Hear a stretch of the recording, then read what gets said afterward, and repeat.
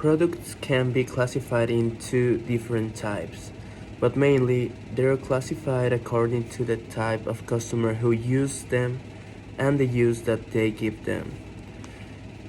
We can classify them in consumer products and industrial products. Consumer products. Consumer products are products that end consumers buy or purchase for their own consumption. Some examples are food, clothing, cars. Industrial products. Industrial products are products that companies or individuals buy or acquire to use or sell in their business. Some examples are raw materials, supplies, or factory equipment. Something to keep in mind is that the same product can be consumer product and an industrial product. For example, if a person buys a piece of furniture to put it in his living room, the piece of furniture will be a consumer product. But if that person buys the furniture to put it in the premise of their business or to sell it in their business dedicated to the marketing of furniture, it will be an industrial product. Components of a product. A product it's made up mainly of the instinct product and the inputs that make it up. For example, toothpaste before being put into your dental tube, soap before being put into its packet, or mineral water before being put into their bottle.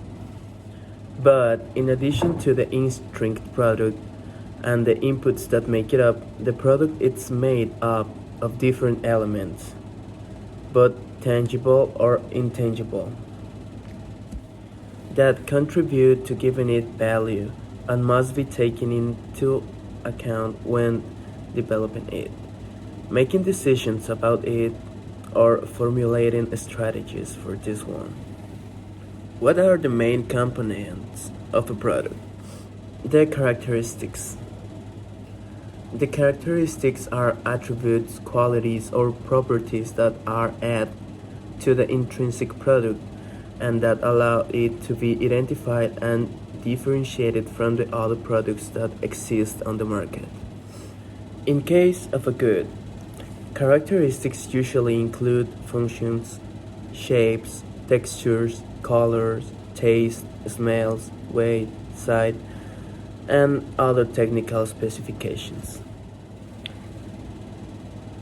Whereas in the case of a service, the characteristics usually include the speed, the efficiency, and the effectivity of the service, but also the characteristics of the tangible elements that make it up. The style. In case of a good, style refers to the shape or physical aspect, while in the case of a service, it refers to the way it is performed. The style allows the product to be related to the concept, the essence, or the personality of the company. And it's basically what determines whether or not the product has an attractive appearance. Design. In case of a good, the design refers to its functionality or use, while in the case of a service, in addition to its functionality or use, it also refers to the care provided.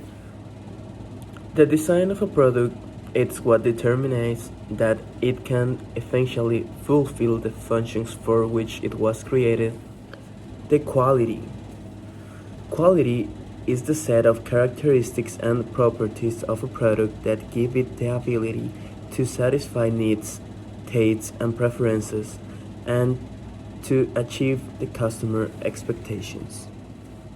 Quality it's a set of expectations and properties of a product that give it the ability to satisfy needs, tastes, and preferences, and achieve the customer's expectations.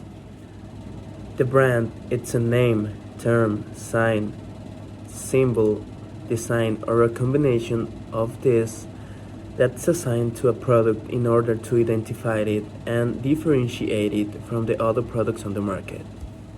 Packaging is the container or wrapping of a product that has the purpose of containing, wrapping, and protecting the core of a product, as well as facilitating its handling, transportation, and storage.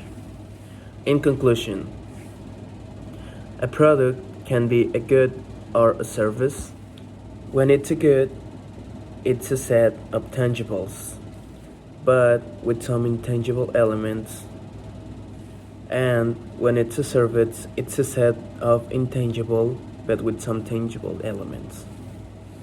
In addition to the intrinsic product and its inputs, a product is made up of features, style, design, quality, brand, packaging, and additional services. To launch a product to the market, the usual thing is that a company analyzes the needs and desires of customers and then design a product that's responsible for satisfying this.